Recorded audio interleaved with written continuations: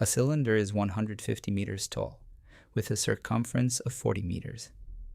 It is wrapped uniformly with a string that makes 5 complete turns from bottom to top. What is the total length of the string? Let's imagine the cylinder.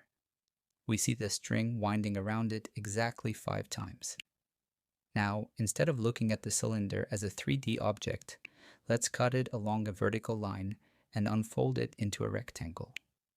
Unwrapped, the rectangle's height is 150 meters, and its width is the circumference 40 meters. The spiral string now looks like straight diagonal lines crossing the rectangle from one side to the other. Since the wrapping is uniform, each diagonal is exactly the same. Each diagonal represents one turn, climbing evenly from the bottom to the top. Because there are 5 turns, the vertical climb of each diagonal is the total height divided by 5. That's 150 divided by 5, which equals 30 meters. The horizontal distance for each turn is the full width of the rectangle, 40 meters. Now we have a right triangle. One side is 30, the other side is 40. By the Pythagorean theorem, the diagonal length is the square root of 30 squared plus 40 squared.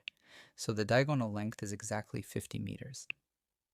Since the string makes 5 identical turns, the total length is 5 times 50. And that gives us a final answer of 250 meters. So the string wrapped around the cylinder is exactly 250 meters long. If you're enjoying this video, don't forget to subscribe for more.